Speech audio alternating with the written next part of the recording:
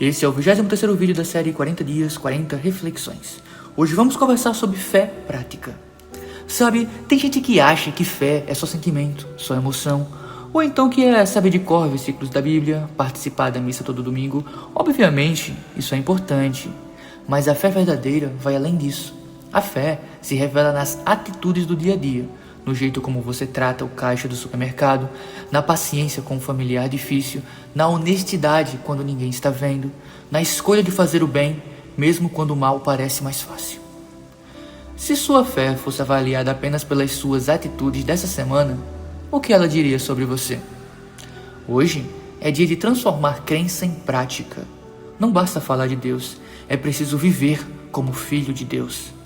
E assim chegamos ao final de mais uma reflexão. Compartilhe essa mensagem com alguém que também quer viver uma fé mais verdadeira. Um forte abraço e até a próxima.